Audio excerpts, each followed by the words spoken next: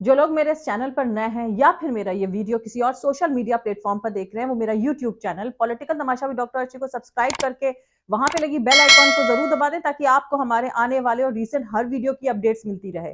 और दोस्तों, अगर आपको हमारा काम पसंद आता है, आपको हमारे वीडियोस इंफॉर्मेटिव लगते हैं, तो आप हमारे इस चैनल को यानी अपने इस चैनल को सपोर्ट कर सकते हैं इसके पेट्रॉन बन करके। पेट्रॉन का लिंक मैं इसी वीडियो के डिस्क्रिप्शन में डाल रही हूँ, जिस पर क्लिक करके आप पेट्रॉन बन करके अपने इस चैनल को सपोर्ट कर सकते हैं। और दोस्तों, एक और तरीके से आप अपने इस चैनल को सपोर्ट कर सकते हैं, वो है इसकी मेंबरशिप लेकर के। अब मेंबरशिप का लिंक भी मैं इसी वीडियो के डिस्क्रिप्शन में डाल रही हूँ, जिस पर क्लिक करके आप इसके मेंबर बन सकते हैं और अपने इस चैनल को सपोर्ट कर सकते हैं। तो चलिए आज के सियासी तमाशे के सफर को शुरू करते हैं।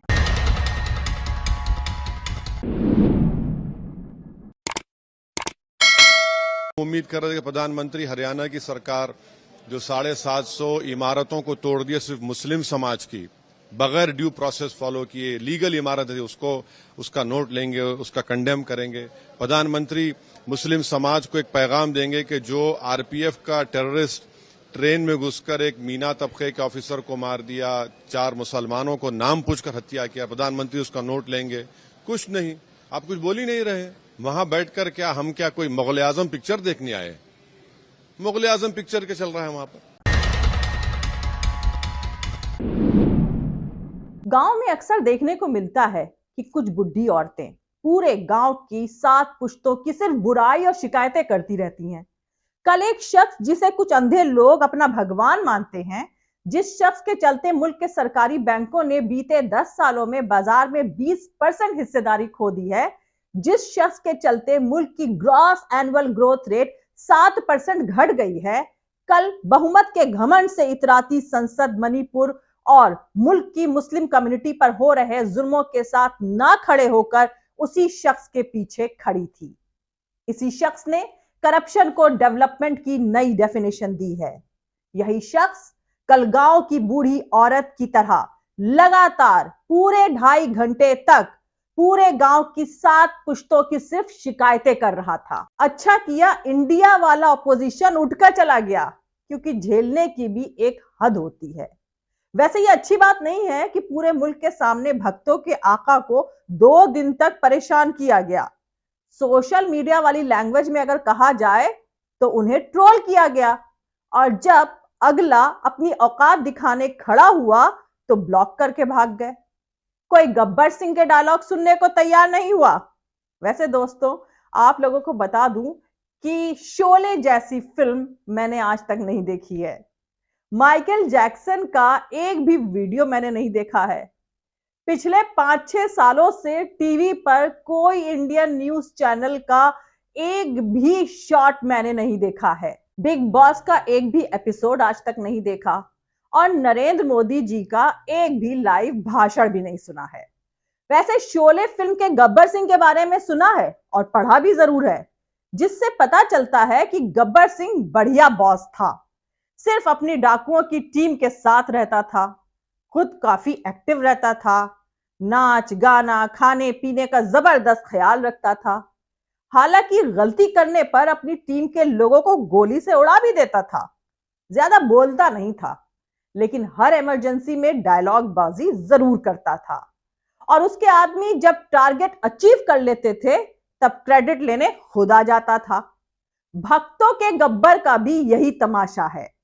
वैसे एआईएमआईएम के चीफ असदुद्दीन ओवैसी ने लोकसभा में नो कॉन्फिडेंस मोशन गिरने के बाद शोले फिल्म का नाम तो नहीं लिया, लेकिन उन्होंने कहा जरूर है कि वहां मुगले आजम पिक्चर चल रही थी। दोस्तों, असदुद्दीन ओवैसी ने कहा है कि लोकसभा में हमने और बीआरएस ने भी नो कॉन्फिडेंस मोशन दिया था, जिसे स्पीकर ने स्वीकार कर लिया। पीएम मोदी का जो जवाब आया है वो उनके बीते 9 सालों में दिए गए सभी भाषणों में सबसे ज्यादा बोरिंग था। हम उम्मीद लगा रहे थे कि प्रधानमंत्री नरेंद्र मोदी जी मणिपुर के जख्म पर मरहम पट्टी लगाएंगे, बलात्कार की शिकार हुई महिलाओं को भरोसे में लेंगे, लेकिन ये सब कुछ नहीं हुआ। उम्मीद थी कि प्रधानमंत्री जी वायलेंस करने वालों को क्रिटिसाइज करेंगे, और जो हथियार लूट कर ले गए हैं उनको क्रिटिसाइज तो जरूर करेंगे। हम उम्मीद कर रहे थे कि प्रधानमंत्री हरियाणा की सरकार की तरफ से 750 सिर्फ मुसलमानों की इमारतों को तोड़े जाने को क्रिटिसाइज करेंगे। प्रधानमंत्री मुस्लिम कम्युनिटी को एक पैगाम देंगे कि जो आरपीएफ के आतंकवादी ने ट्रेन में घुसकर मीना तबके के अधिकारी और 4 मुसलमानों का नाम पूछकर उनकी हत्या करी है, उसका संज्ञान लेंगे। लेकिन कुछ भी नहीं हुआ। वहां बैठकर हम क्या मुगले आजम पिक्चर देखने आए हैं? वहां मुगले आजम पिक्चर चल रही थी। इस मुल्क में एक नफरत का माहौल, बल्कि एक आतिश को पैदा कर दिया गया, मुसलमानों के खिलाफ नफरत का माहौल। ये 9 साल का इनका ये कारनामा है। तीसरा सर, मणिपुर के ताल्लुक से कल बड़ा लंबा जवाब वजीर दाखिला ने दिया। सर, आसाम राइफल के ऊपर केस बुक हो जाता है, एफआईआर हो जाता है। क्या हो रहा है वहां पर? कहां गया आपका कॉन्शियंस, कहां गया आपका जमीर जब वहां की महिलाओं की असमत रेजी की जा रही है? और आप मुख्यमंत्री को नहीं हटाना चाहते इसलिए क्योंकि वो कोऑपरेट कर रहा है। सर, मैं हरियाणा और मणिपुर के वजीर आला के लिए किसी शायर ने अच्छा कहा था कि कुर्सी है तुम्हारा ये जनाजा तो नहीं, कुछ कर नहीं सकते तो उतर क्यों नहीं जाते। पसमानदा मुसलमान से प्रधानमंत्री को बड़ी मोहब्बत है। ये कौन सी आपकी मोहब्बत है पसमानदा, जो आपका एक मुसलमान मिनिस्टर नहीं है वहां पर? इखलाक से लेकर पीलू खान से लेकर अफान अंसारी से लेकर लुकमान अंसारी, मॉब लिंचिंग पूरे पसमानदा मुसलमान की होती है। पावर लूम बंद है अंसारियों के, कुरैश बरादरी का कारोबार बंद किया जाता है। स्पीकर सर, मैं कंक्लूजन में अभी कल हमारे होम मिनिस्टर ने कहा था क्विट इंडिया। अगर इनको मालूम हो जाए कि क्विट इंडिया का नारा एक मुसलमान ने दिया था तो वो भी नहीं बोलेंगे। वो नहीं मालूम था उनको। उसका मैं कंक्लूड कर रहा हूं, उसका नाम यूसुफ मेहर अली था सर। यूसुफ मेहर अली ने क्विट इंडिया का नारा बनाया, जिसको महात्मा गांधी ने सारे देश में एक पैगाम किया। मैं कंक्लूड कर रहा हूं सर, इस देश में अगर आज क्विट इंडिया करना है तो कहना पड़ेगा चाइना क्विट इंडिया।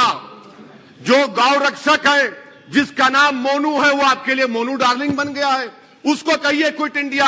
सर, जो लोग तुष्टीकरण की राजनीति आप कर रहे हैं, आप हिंदू अक्सरियती लोगों में हथियार बांट रहे हैं, ये आप देश के लिए खतरा पैदा कर रहे हैं। सर, हम कंक्लूडिंग। इसीलिए हम आपसे अपील कर रहे हैं कि हुकूमत से कह रहे हैं कि आप जो सियासत कर रहे हैं इससे नुकसान देश को होगा।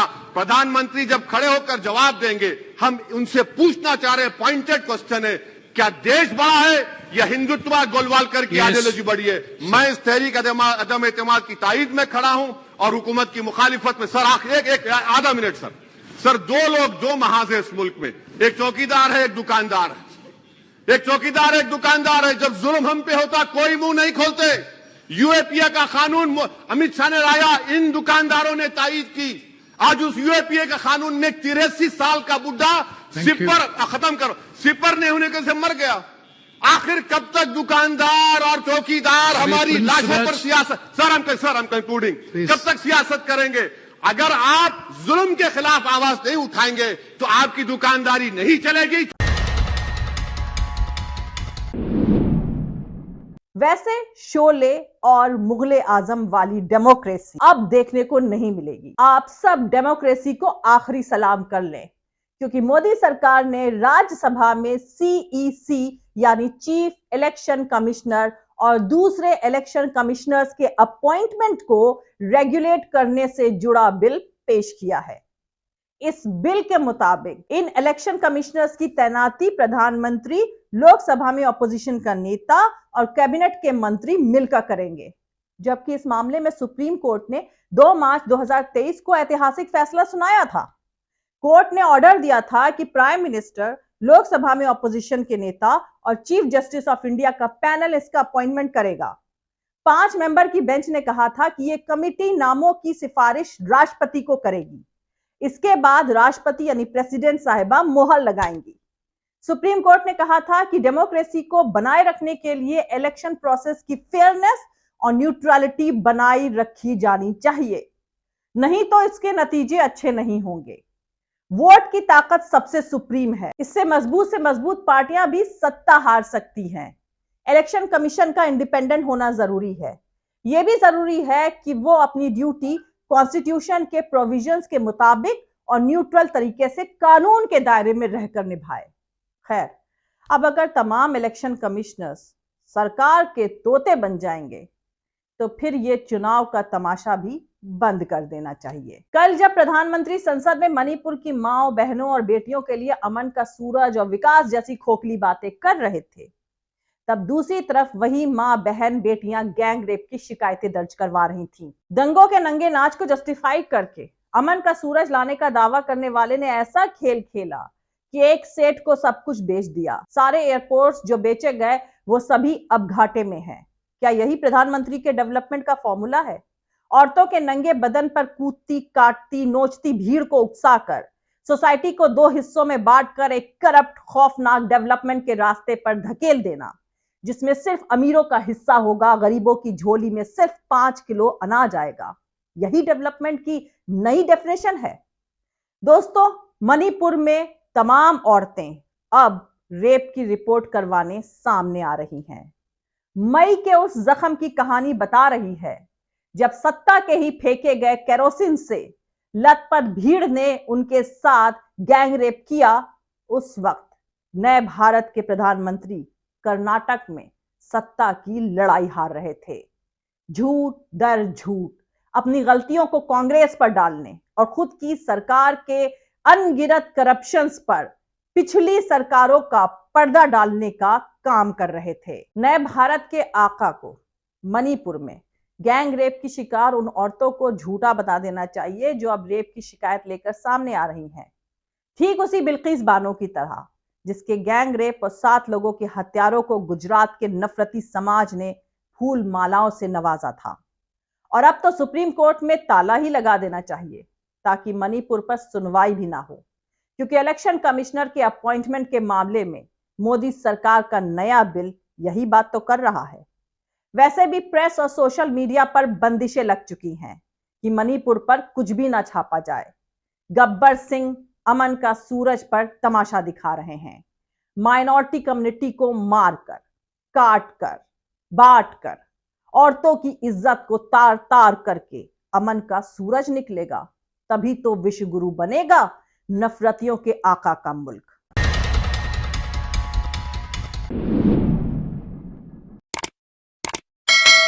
मिलते हैं अगले वीडियो में किसी दूसरे नए सियासी तमाशे के साथ। जय हिंद, सत्यमेव जयते, अल्लाह हाफिज। दोस्तों, हमारा पूरा वीडियो और दूसरे और वीडियोस देखने के लिए हमारा YouTube channel political Tamasha with doctor Arshi को सब्सक्राइब करके वहां पे लगी बेल आइकॉन को जरूर दबा दें ताकि आपको हमारे आने वाले हर वीडियो की अपडेट्स मिलती रहे। और दोस्तों, अगर आपको हमारा काम पसंद आता है, हमारे वीडियोस आपको पसंद आते हैं, तो आप अपने इस चैनल को सपोर्ट कर सकते हैं इसके पेट्रॉन बन करके। और पेट्रॉन का लिंक कहाँ है? इसी वीडियो के डिस्क्रिप्शन में है।